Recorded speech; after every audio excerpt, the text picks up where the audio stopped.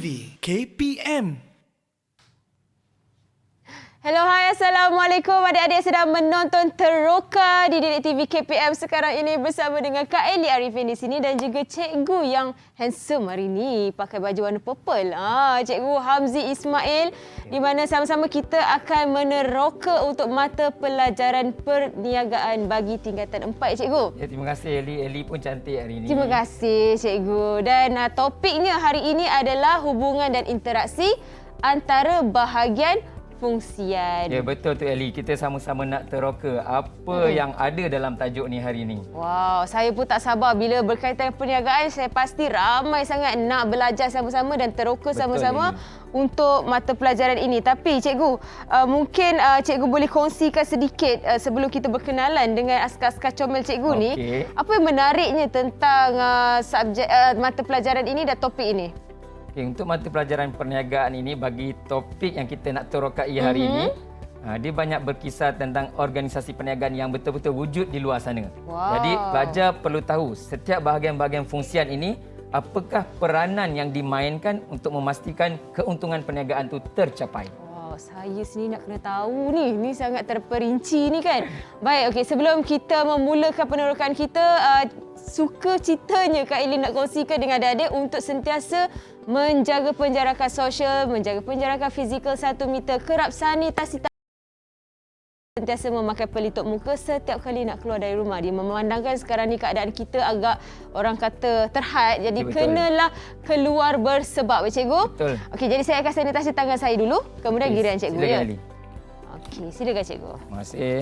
Baik. Okey, cikgu, siapakah askar-askar comel ni yang akan bersama dengan kita hari ni, cikgu?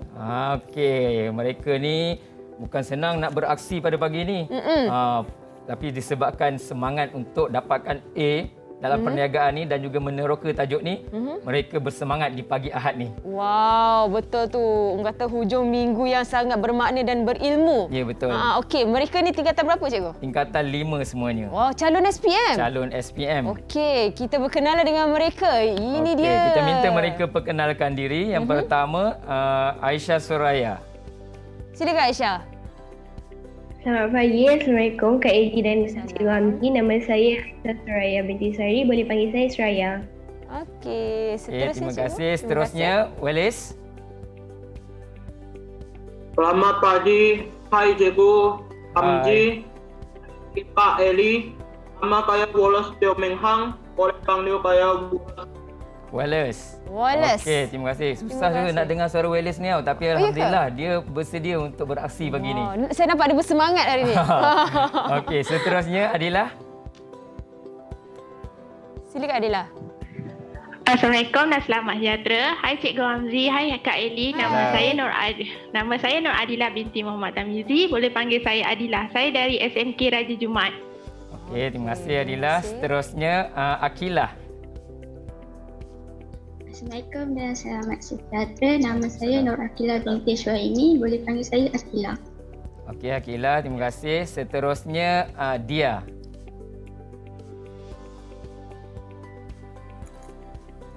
Hai, Assalamualaikum dan selamat sejahtera. Hai Cikgu, hai Kak Eli. Nama saya Dia Nizati Dini binti Hendra Suryadi Putra. Boleh panggil saya Dia. Dia. Okey, hero saya yang terakhir, Yogen. Hai Cikgu, hai Kak Eli, nama saya Yogen. Boleh panggil saya Yogen, saya dari SMK Raja Jumaat. Okey, terima kasih. Saya sukalah cara mereka perkenalkan diri, sangat sopan, sangat mesra dan saya rasa benda-benda macam ni patut diteruskan di peringkat sekolah pun. Betul cikgu, dan sangat orang kata padat, ringkas dan padat. Ya, betul Eli. Dan saya sangat suka juga hari ini kita mempunyai murid-murid dalam talian ni satu Malaysia. Betul. Berbilang kaum. Bagus sangat-sangat. Baik cikgu. Ya.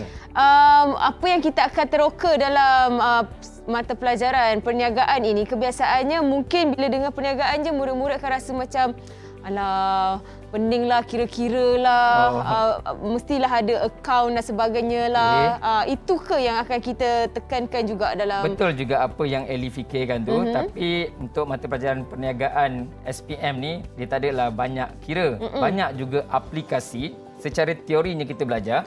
Dan kita akan jumpa benda-benda ini di dunia sebenar. Jadi macam hari ini kita nak tengok bagaimana interaksi antara bahagian-bahagian fungsian dengan organisasi luar dalam sesebuah perniagaan tu. Okey, Jadi menarik. saya rasa kalau siapa-siapa dengar pun dia akan dah ada kat sana, dah ada kat sini.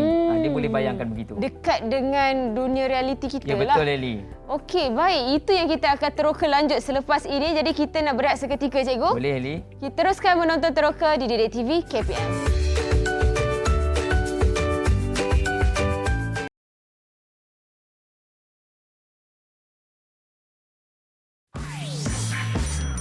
Didik TV KPM. Tahukah anda?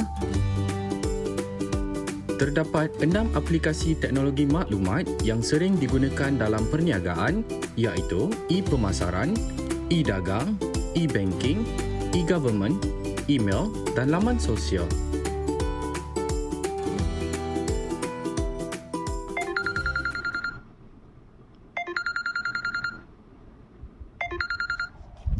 Hello, Double H Group. Cik Hanis bercakap. Ui, pengurus jualan baharu Pasaraya Trillion. Boleh tak saya buat tempahan iTin melalui panggilan telefon ni? Oh, boleh Encik. Tak ada masalah. Pasaraya Trillion pun memang pelanggan tetap kami. Oh, kalau macam tu, saya nak buat tempahan 100 karton iTin kesihatan perisa buah-buahan. Boleh? Okey Encik. Saya dah catat ni. Sebentar lagi staf kewangan akan hantar invoice melalui email Pasaraya Encik. Nanti minta Encik sahkan tempahan dan beberapa maklumat yang dikehendaki ya. Baiklah Cik Anis. Terima kasih ya. Sama-sama. Bye.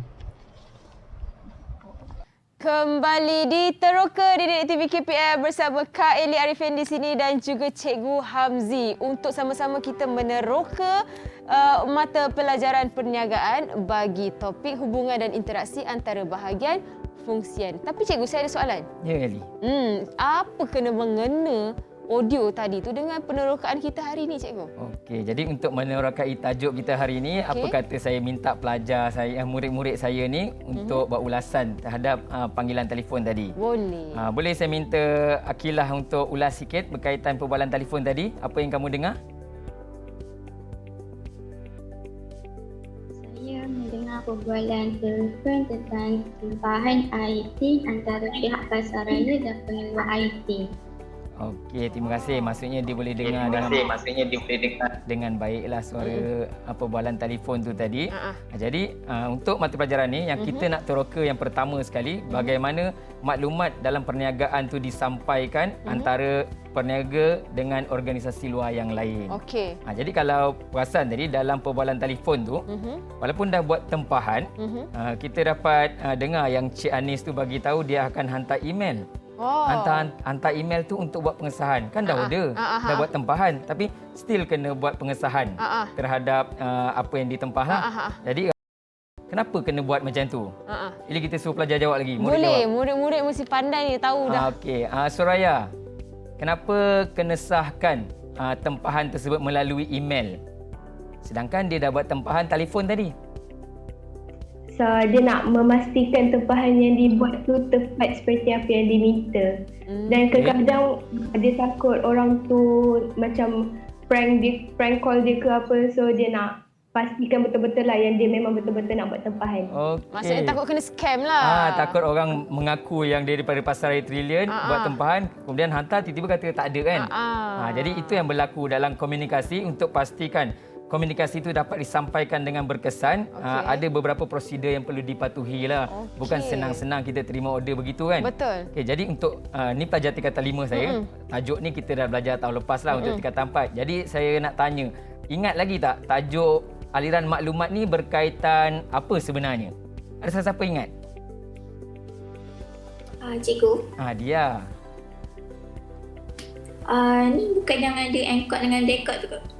Okey, tajuk encode decode. Mana dia jelas lah tu. Okey, apa benda pula encode decode ni, Cikgu? Okey, Kak Eli dah tanya encode decode tu apa. Kita jawab soalan Kak Eli ni. Kita tengok dulu sebab dia tadi dia dah ingat berkaitan encode decode. So berkaitan perbualan telefon tu. Sini saya dah bawakan barang-barang props ni yang saya buat ni. Okay, saya buat sendiri ni. Jadi apa kata dia tolong susunkan sebab berkaitan maklumat yang nak disampaikan, kita mesti tunjukkan aliran yang betul. Okey. Supaya jawapan tu tepatlah. Okey, dia boleh bagi tahu saya susunan bagaimana aliran maklumat tu dalam proses komunikasi. Boleh. Okey, mana dulu kita nak letak mula-mula?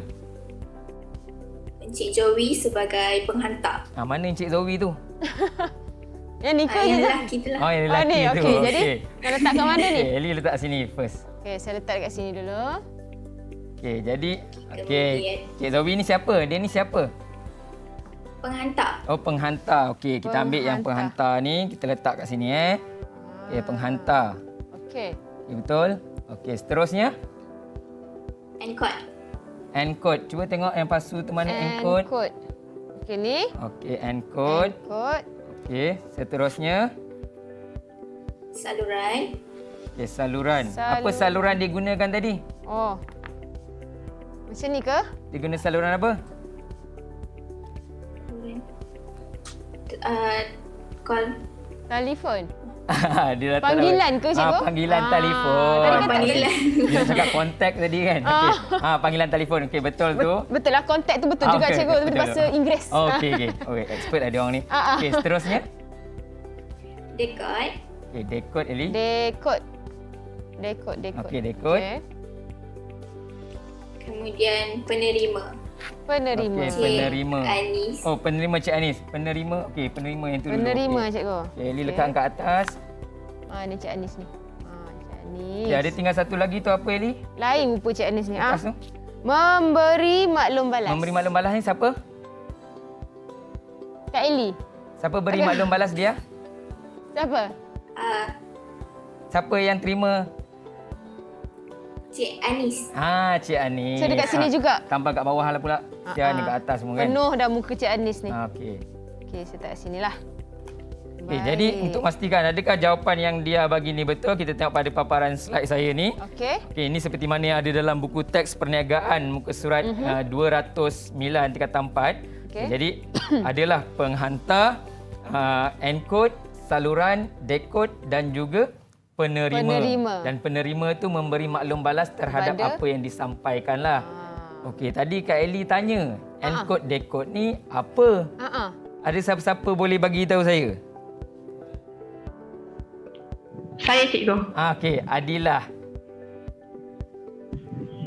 Encode ni macam olahan maklumat yang cuba disampaikan oleh Encik Zoe kepada Encik Anis bahawa Encik Zoe ingin menempah item berperisa sebanyak 100 karton. Okey, 100 karton tu.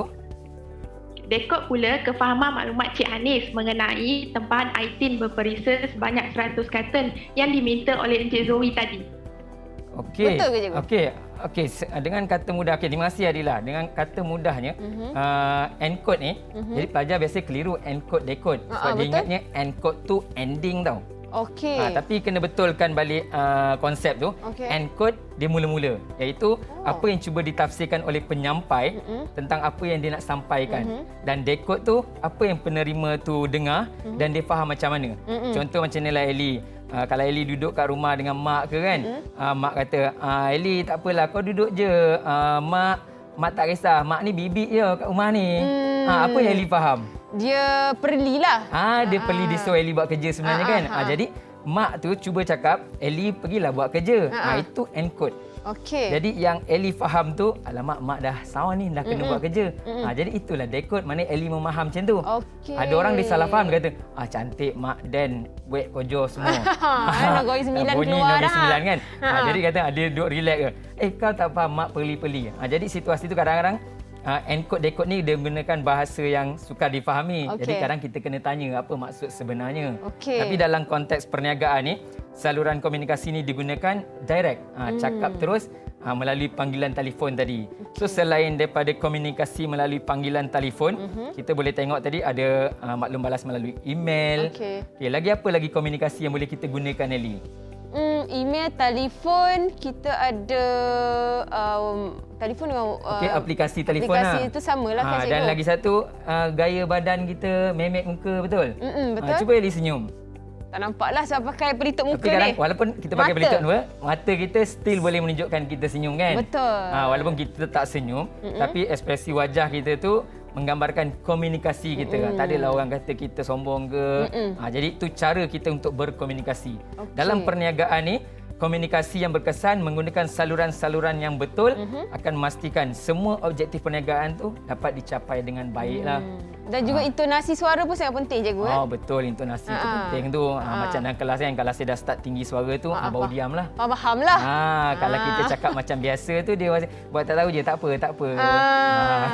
Okey. Garang cikgu. Cikgu kena tegas kalau bab ni cikgu. Betul. Saya tahulah pelajar saya kata saya garang. Saya tak adalah garang dengan dia orang ni. Saya cuma tegas je lah. Ya, tegas je. Sebab apa kita nak dia faham dalam konsep proses aliran maklumat ini melalui proses komunikasi yang baik. Sebab dia melibatkan organisasi luar. Jadi pelajar-pelajar dah boleh, murid-murid boleh meneroka bagaimana situasi ini melibatkan bahagian fungsian dengan organisasi luar. Okey. Baik. Jadi selesailah satu tajuk yang pertama ni, Eli. Okey, selesai satu, alhamdulillah. Kita nak terus tajuk yang berikutnya. Tajuk yang berikutnya ni masih dalam hubungan dan interaksi ni. Tapi apabila sudah buat tempahan maklumat, tempahan barang ni, kita nak tengok bagaimana barang-barang tersebut dihasilkan dan bagaimana aliran barang itu boleh sampai kepada pengguna. Okey. Jadi pelajar semua dah bersedia Okey, kita teruskan. Okey, apabila barang-barang tu dah ditempah, dia ada proses aliran. Maksudnya bila sebut aliran ni, kita mesti ikut dia punya flow lah. Dia punya aliran kan. Tak boleh salah lah. Kalau salah, lah. Okey. Ikut berurutan lah. Okey, jadi untuk penerangan tajuk ni, saya macam mengamalkan konsep untuk pembelajaran abad ke-21 ni, flip classroom.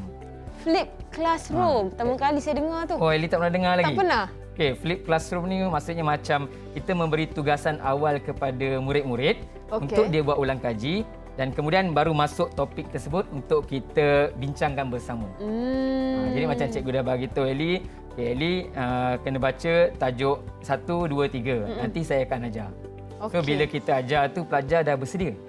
Dia dah bersedia dengan tajuk tersebut, dia lebih nampaklah apa yang dia nak bantu dalam perbincangan, lebih senanglah. Jadi pelajar-pelajar saya ni, saya dah bagi task untuk dia bertugas di bahagian-bahagian fungsian tertentu dalam syarikat WH ni. Wow. Mereka belum habis belajar lagi dah bekerja dah cikgu. Dah bekerja. Betul. Duduk kat rumah tak ada buat apa kan? Ya, betul. Saya bagi dia task untuk bekerja di bahagian fungsian tertentu yang terlibat dengan WH Group ni lah. Jadi masing-masing ada jawatan masing-masing? Ada jawatan masing-masing lah sepatutnya. Okey. Okey Ali, kita mulakan Silakan cikgu. Okey, apa yang kita nak tengok sini? Okey, dalam tajuk aliran barang perkhidmatan ni Ali. Tengok ni, gambar durian. Durian, musim ke? Musim sekarang. Ya Okey, Allah, musim. sedap. Jadi dalam konsep aliran barang perkhidmatan ni kita nak memastikan barang tersebut yang bermula dari pengeluar boleh sampai kepada pengguna dalam keadaan yang selamat, ikut kuantiti yang ditetapkan. Jadi kalau macam durian, begitulah rupanya. Daripada start, daripada pengeluar sampai kepada kita lah. Tapi berkaitan dengan barang, contoh air tin syarikat ni, kita akan tengok bagaimana proses daripada membuat tempahan sehinggalah sampai kepada pengguna. Okey, kita tengok Okey, aliran barang. Kalau tengok pada paparan slide ini, dimulakan dengan wujudkan katalog dan diedarkan sehinggalah habis.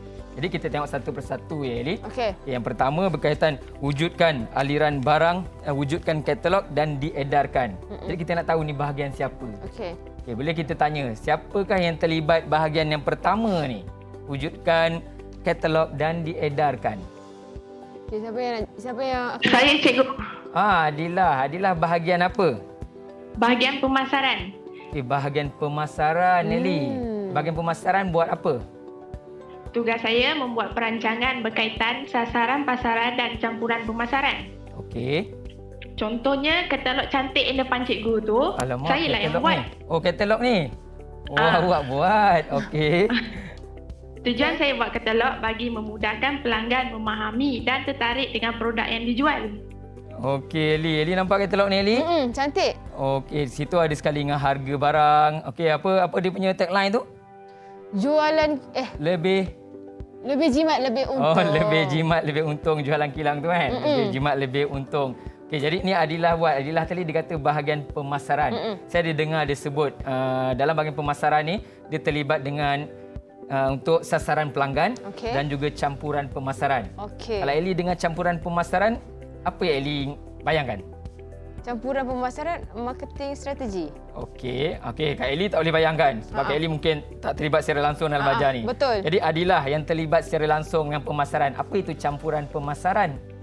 Campuran pemasaran ni ada 4. Kita guna cara 4P. 4P Ellie. Okey, 4P okey. Apa dia? Price, product, place, promotion. Wow, okey. So apabila kita bertugas di bahagian fungsian pemasaran ni, kita secara langsungnya terlibat dengan 4P ni. Sebab campuran pemasaran ni memang soalan yang common lah, yang biasa ditanya untuk pelajar-pelajar murid-murid perniagaan ni. Jadi bahagian fungsian ni terlibat menentukan produk apa yang dia nak keluarkan mengikut kehendak pengguna. Seperti yang nak dikeluarkan ni lah. Kemudian dia kena tentukan harga yang berpatutan sesuai dengan kualiti dia. Dan yang ketiga, berkaitan promosi. Bagaimana dia nak promosi? Salah satunya dia wujudkan katalog ni lah untuk diedarkan, dan seterusnya pengagihan. Bagaimana barang ini boleh sampai kepada pengguna. Kena fikir tu Ellie, macam mana barang ni boleh macam situasi sekarang kan, bagaimana kita nak sampaikan kepada pengguna. Tak adalah pengguna masih tertunggu-tunggu. Ya, betul. Dan mungkin itu juga wujudnya strategi pemasaran yang macam Ellie cakap tadi lah. Ya, betul Ellie. Strategi yang betul lah. Ellie punya strategi pemasaran tu termasuk jugalah dalam campuran pemasaran tu. Baik. Jadi yang pertama, wujudkan katalog dan diedarkan. Seterusnya penerimaan pesanan. Penerimaan pesanan ni siapa? Sama juga ke? Saya. Oh, Adilah juga. Adilah bahagian fungsian apa ni penerimaan pesanan ni? Jualan. Oh, bahagian fungsian jualan. So, bahagian fungsian jualan buat apa? Bahagian fungsian jualan akan menerima semua pesanan daripada pembeli. Okey, terima pesanan semua daripada pembeli. Jadi, kalau pembeli tu nak buat tempahan, adakah dia buat tempahan, dia tak banyak tanya ke? Tak. Oh, tak banyak tanya lah? Tak banyak tanya. Oh, dia main tempah je lah. So, kalau dia banyak tanya, macam mana? Okey, tak apa. Kita biarkan Adilah dengan jawapan dia sekejap. Sebab tadi kita dah sempat belajar, sempat meneroka aliran barang dan perkhidmatan. Dan decode, apa tadi? Encode dan sebagainya. Banyak juga penerokaan yang baru Eli belajar tadi hari ini. Jadi kita akan sambung sekejap lagi. Kita akan berehat seketika, Cikgu. Kembali dalam Teroka di Didik TV KPM.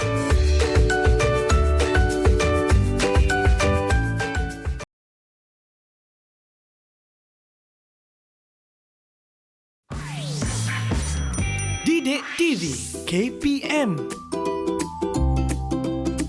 Tahukah anda? Aplikasi e-filing oleh Lembaga Hasil Dalam Negeri LHDN adalah mudah, tepat dan selamat bagi pihak terlibat mengisi borang nyata cukai pendapatan melalui kemudahan teknologi maklumat dan komunikasi tanpa perlu dicetak, ditandatangani atau dihantar secara fizikal.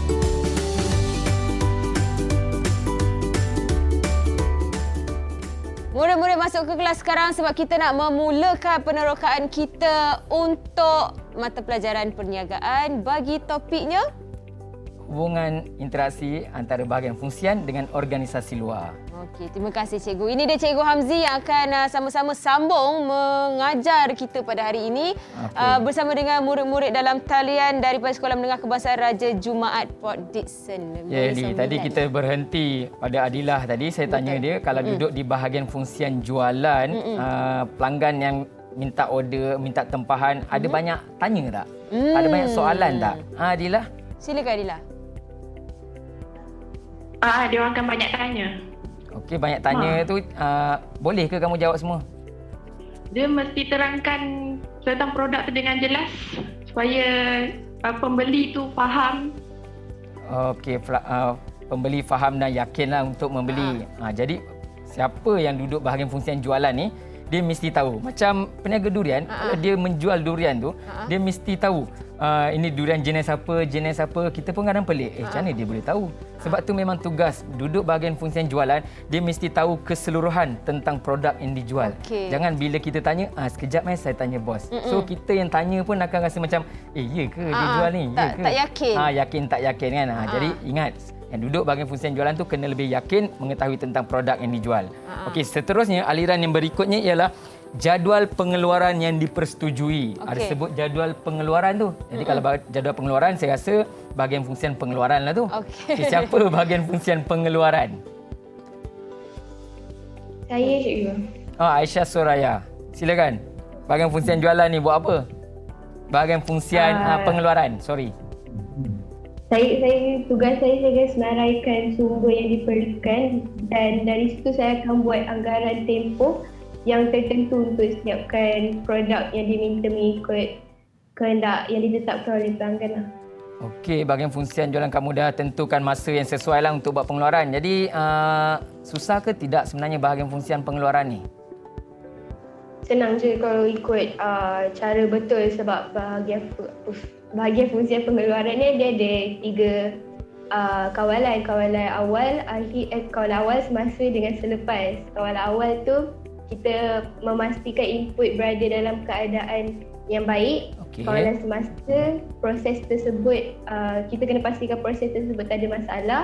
Dan kawalan selepas, memastikan produk yang terhasil mengikut standard yang ditetapkan. Okey, lengkap tu Eli penerangan dia tu. Maksudnya duduk bahagian fungsian pengeluaran ni tak boleh tinggalkan kerja tu lah. Daripada awal terima bahan mentah tu untuk dimasukkan ke dalam proses berikutnya, dia mesti memastikan semua produk tu berada dalam keadaan baik. Dan kemudian apabila proses tu sedang dijalankan, dia bukan boleh tinggalkan mesin begitu saja. Sebab kita takut ketika proses tu mungkin mesin stuck dan sebagainya, dia mesti berada di situ supaya aliran proses tu berjalan dengan lancar. Dan apabila kawalan yang terakhir, kawalan selepas, memastikan produk yang dihasilkan seperti mana yang dikehendaki oleh pelanggan. Sebab tu kadang-kadang kita tengok ada produk yang reject. Tak semua dalam semua keluaran tu semua bagus. Tak semestinya. Jadi yang mana tak bagus tu, yang reject, dia ketepikan, asingkan. Betul Eli. Maksudnya dia kena betul-betul fokus, janganlah asyik main telefon je. Jangan main telefon lah kan. Main telefon tu okey lagi lah kalau dia berada di situ kan. Takut dia tinggalkan terus tempat kerja tu. Habis. Lagi dating pula ke? Tapi kalau macam ada pekerja yang emergency nak tinggalkan, dia boleh tinggalkan. Tapi dengan syarat maklumkan kepada majikan ataupun pekerja lain yang boleh menggantikan lah. Jadi masih ada orang di situ. Jadi seterusnya aliran berikutnya ialah berkaitan pesanan bahan mentah. Ialah tadi Soraya nak keluarkan barang-barang yang dikehendaki, kena ada proses bahan mentah tu. Jadi untuk pembelian bahan mentah ni, siapa kita nak minta bahagian fungsian yang mana? Boleh bagi tahu saya siapa yang terlibat dalam pembelian bahan mentah? Wallace. Wallace sudah angkat tangan. Okey, Wallace. Apa you buat dalam bahagian fungsian untuk beli bahan mentah ni? Saya akan mencari bahan mentah yang betul seperti mana yang diminta oleh bahagian pengeluaran. Okey. Jadi Aisyah Soraya lah yang bagi senarai itu dekat Wallace untuk mendapatkan bahan mentah. Jadi untuk membeli bahan mentah ni Wallace, bagaimana prosedur ataupun tata cara yang sesuai lah untuk membeli bahan mentah? Saya akan mencari beberapa pembekal yang boleh bagi bahan mentah yang baik. Saya akan kebut harga dan membuat penilaian. Teruskan Wallace. Yang tawarkan harga berpatutan dan ada kualiti mana yang terbaik, itu kami akan pilih. Okey, saya dengarlah sikit-sikit yang Wallace cakap tu. Maksudnya antara prosedur dia untuk buat pembelian bahan mentah tu, dia mencari pembekal. Cari beberapa pembekal dan membuat penilaian lah pembekal mana yang tawarkan bahan mentah yang berkualiti dengan harga yang berpatutan lah ini. Sebab kita kalau nak minta sebut harga pun, kita tak boleh minta daripada satu pembekal, betul? Betul. Dia memang prosedurnya perlu dapatkan daripada beberapa pembekal. Kena ada banyak pilihan lah. Ya, lagi satu kita takut ada unsur-unsur rasuah dan sebagainya kan. Takut. Jadi kita perlu adil untuk buat penilaian tersebut dan Wales bahagiannya dia perlu menilai mana pembekal yang terbaik dan dia akan pilih itulah. Maksudnya tugas Wales ni dia kena jujur. Betul. Tu paling tepat kan? sekali lah. Tapi semua orang sebenarnya kena jujur, Eli. Ya, betul. Tapi bahagian fungsian Wales ni kejujuran tu lebih tahap tinggi lagi lah. Betul, lebih penting. Okey, jadi apabila bahan mentah tu dah ada, akan ada penerimaan invoice pembekal dan pembayaran. Maksudnya Wales dah pilih tadi pembekal mana. Jadi dalam syarikat ni akan keluarkan invoice dan pembayaran untuk bahan mentah tu. So kalau pembayaran, Eli rasa bahagian mana? Pembayaran bahagian mana maksud cikgu? Bahagian mana yang akan buat pembayaran untuk bahan mentah yang Wales order tadi? Kewangan. Okey, Eli, bagus. Eli pun pandai. Okey, bahagian kewangan. Jadi bahagian kewangan ni satu bahagian yang penting lah dalam setiap perniagaan tu. Jadi kat sini pelajar, murid-murid saya siapa yang terlibat dalam bahagian fungsian kewangan? Ada? Siapa yang jadi accountant? Oh, Akilah. Akilah. Jadi bahagian fungsian kewangan ni selain daripada penerimaan invoice ni, apa lagi kamu buat? Saya akan memastikan sumber kewangan dialihkan dan dibelanjakan dengan betul oleh semua bahagian. Kiranya bahagian kewangan ini akan buat perancangan kewangan sebelum disahkan oleh sebelum disahkan oleh bos. Jadi dia perlu buat perancangan yang teliti, bajet lah. Jadi bajet yang dibuat tu untuk diagihkan ke setiap jabatan dan digunakan dengan betul lah. Jadi kat situ tugas pertama Akilah lah, penerimaan invoice dan pembayaran tu. Kemudian yang berikutnya apabila sudah buat pembayaran dan mulakan proses, kita nampak sini pengeluaran item barang dan pengedaran. Pengeluaran item maksudnya kembali balik kepada Aisyah Suraya punya tugas tadi tu. Dia menjalankan proses pengeluaran seperti mana yang telah diterangkan tadi. Dan kemudian akan diedarkan. Barang tersebut akan mula diedarkan. Jadi untuk pengedaran ni, siapa yang terlibat dalam bahagian fungsian pengedaran? Murid-murid saya siapa ya? Siapa yang mengedarkan barang-barang? Bahagian fungsian pengedaran. Siapa terlibat? Masing-masing lupa dah tugas masing-masing. Jawatan masing-masing ni. Siapa? Ke takkan Kak Eli kot? Dengar ke tak dengar? Saya rasa yang belum bercakap siapa yang belum bercakap Saya Eli? rasa Yugen kot. Yogen belum bercakap lagi tu. Yugen ke bahagian pengeluaran? Yogen, dia terlibat bahagian pengeluaran ke? Saya rasa mungkin line Yogen, line internet Yogen ni. Yogen boleh dengar saya? Kurang. Dia angkat tangan. Saya rasa line internet Yogen ni kurang memuaskan kurang kat memuaskan tempat dia tu. Ada sesiapa mungkin boleh bantu cikgu? Okey, ada siapa-siapa nak atau cikgu tolong boleh jawab? Okey. Bantu Yogen sendiri? Sementara kita tengok Yogen tu dalam keadaan dia tengah bermuhasabah diri kat situ untuk mendapatkan balik tune dia. Dia macam nak cakap tu. Yogen okey ke? Line pun. Line. Okey, tapi Yogen dengar Boleh dengar ke Yogen? Kalau boleh dengar, Yogen boleh teruskan untuk bahagian fungsian. Bahagian fungsian apa? Dengar. Teruskan. Ni bahagian fungsian apa? Silakan Yogen. Saya ke bahagian fungsian pelanggan. Dengan selamat, semua produk yang ini kami akan periksa dan sudut kuantiti jenis produk yang diminta dan masa yang diminta untuk penghantaran dibuat. Dan saya juga boleh telah membuat jadual pergerakan lori supaya semua bekalan dihantar dengan selamat dan tepat pada masa mengikut kawasan. Okey, Li. Dia bahagian fungsian pengagihan. Maksudnya dia sediakan jadual penghantaran, jadual lori bergerak untuk hantar barang-barang tersebut kepada pelanggan lah, Li. Tapi ada dokumen apa-apa yang diperlukan ke Yogen? Yogen? Apa Yogen? Ada Kak, kami bawa invoice. Invoice. Dia bawa invoice. Jadi invoice tu dikeluarkan oleh... Okey, terima kasih Yogen. Bahagian fungsian kewangan lah.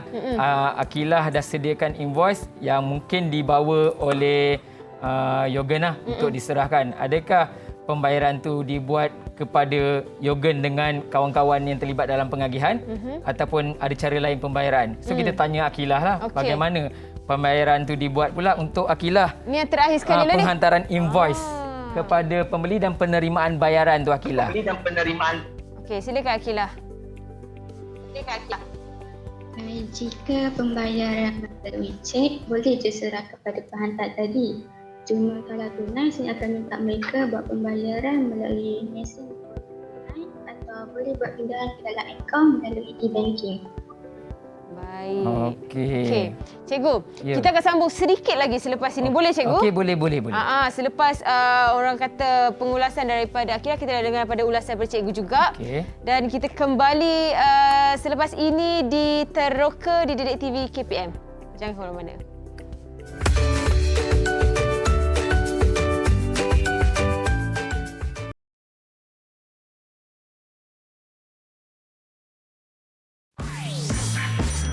Didik TV KPM. Tahukah anda? Setiap aktiviti perniagaan yang dijalankan perlu mengambil kira pelbagai aspek termasuk kepentingan dan sensitiviti semua kaum di Malaysia serta perlindungan haiwan dan pemeliharaan alam sekitar.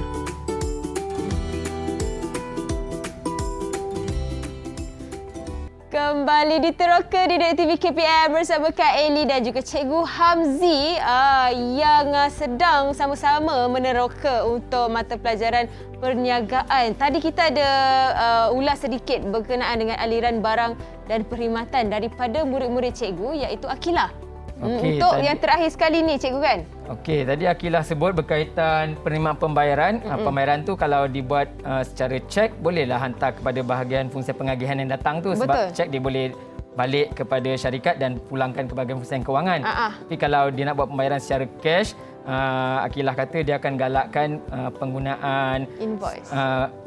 Bukan, pembayaran tu melalui cash deposit machine.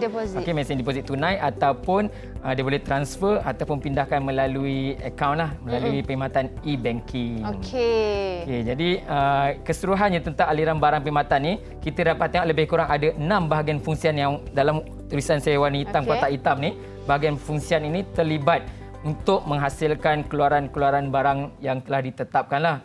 Jadi kita nampak tadi hampir semua pelajar saya tu adalah bahagian fungsiannya. Adakah yang tak bercakap, Eli? Ada cikgu, saya perasan dia seorang tak bercakap ni. Oh, dia tak ada bahagian fungsian tapi saya ada soalan untuk dia. Okey, cuba tanya dia. Okey, dia Kak Eli nak tanya sebabkan sekarang ini kan bila kita nak membeli barangan terutamanya di dalam talian secara terus dalam talian ni, kita nak tahu jugalah bagaimana kita nak mengetahui tentang status penghantaran barang tersebut tu. Okey, dia faham tak soalan Kak Eli? Faham tak? Kak Eli soalan macam profesor sikit, so dia berbelit-belit. Kak Eli, Eli pula dia. Dia, okey ke? Selamat apa tu? Mungkin line memang tak berapa nak cantik cikgu. Oh, hilang dah terus dia. Mungkin kawan-kawan lain boleh bantu atau bagaimana cikgu? Cikgu sendiri nak bantu? Dia okey. Okey ke dia? Tak okey. Dia muka macam pelakon dah. Okey.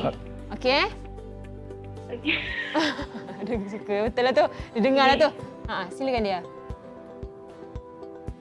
Okey, kita boleh cek melalui mana-mana aplikasi dagang yang ada. So nanti ada status penghantaran, dekat situlah kita boleh tengok barang tu dekat mana and bila kita boleh dapat. Ada aplikasi. Betul lah. Maksudnya dalam pembelian secara atas, secara dalam talian ni, banyaklah aplikasi yang kita boleh gunakan. Aplikasi e-dagang. E-dagang ni maksudnya apa-apa jenis perniagaan yang terlibat secara dalam talian ni lah ini. Jadi kita boleh cek status penghantaran kita tu dah berada di mana dan bila kita boleh terima lah apa yang barang dia cakap tersebut tadi lah. tu. Ya, Betul. Sekarang ni semua di hujung jari, mudah. Betul. Kita kena gunakan kelebihan yang ada tu. Betul. Okey cikgu, setelah pelbagai topik telah kita kupas dan teroka pada hari ini, secara keseluruhannya apa yang cikgu boleh rumuskan tentang pembelajaran kita dan penerokaan kita? Okey Eli. Jadi daripada awal kita bersiaran berkaitan aliran maklumat dan juga aliran barang dan perkhidmatan, boleh tengok kepentingan kita berinteraksi antara bahagian fungsian ni dengan organisasi lain. Pelajar perlu faham setiap bahagian tu apakah tujuan dan peranannya, kemudian mengaitkan peranan-peranan mereka ini dengan situasi. Kita tengok pada slide yang saya pamerkan ini, mewujudkan jaringan perniagaan, mengukuhkan perniagaan, menjalin kerjasama strategik, menambah sumber perniagaan. Dengan adanya hubungan dan kerjasama dengan organisasi luar ni, secara tak langsung kita akan mendapat keuntungan seperti mana yang telah ditetapkan. Dan pada masa yang sama, kita telah mewujudkan hubungan yang baik sama ada pembekal kita, pembiaya kita ataupun juga rakan-rakan persaingan kita. Jangan kita anggap rakan-rakan pesaing tu hanya akan menjatuhkan perniagaan kita. Kita kena ingat rakan-rakan pesaing tu juga sentiasa menggalakkan kita untuk lebih maju daripada dia. So betul. Kita akan struggle dengan lebih lagi lah berbanding pesaing kita. Jadi itulah keseluruhannya pelajar perlu faham tentang aliran maklumat dan juga aliran barang ini. Pastikan bahagian fungsian itu diletakkan di tempat yang betul untuk memastikan keluaran itu berkualiti dan mengikut kehendak pengguna. Okey cikgu, mungkin cikgu nak minta salah seorang daripada murid kita, dalam talian kita ni untuk rumuskan dengan apa yang mereka telah faham terhadap penerokaan kita hari ini. Okey, siapa-siapa yang boleh bagi tahu saya apakah yang kita belajar hari ini? Apa yang kita teroka hari ini? Saya rasa saya nak macam pilih, boleh tak cikgu? Cubalah pilih. Wallace okey tak Wallace? Wallace, apa kita belajar hari ini? Apa yang Wallace belajar dah faham pada hari ini? Silakan. Hari ini kami belajar bahagian fungsian dan interaksi perniagaan. Jadi bahagian fungsian tu, Wallace ingat ke semuanya ada berapa?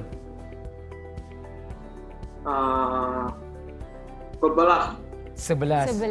Eli sebenarnya betul ya. Hari ini kita belajar ada 6. Tapi yang Wallace kata bahagian fungsian yang kita pelajari sepatutnya dalam bab ini ialah ada 11 bahagian fungsian. Tapi kita baru belajar hari ini 6 je. Ada 6 je kita cerita tadi tu. Banyak rupanya. Jadi selebihnya yang 5 tu Wallace semua dia dah tahu. Dia tak nak cerita sekarang lah. Dia simpan lah. Dia simpan. Mungkin slot dia akan datang rasanya.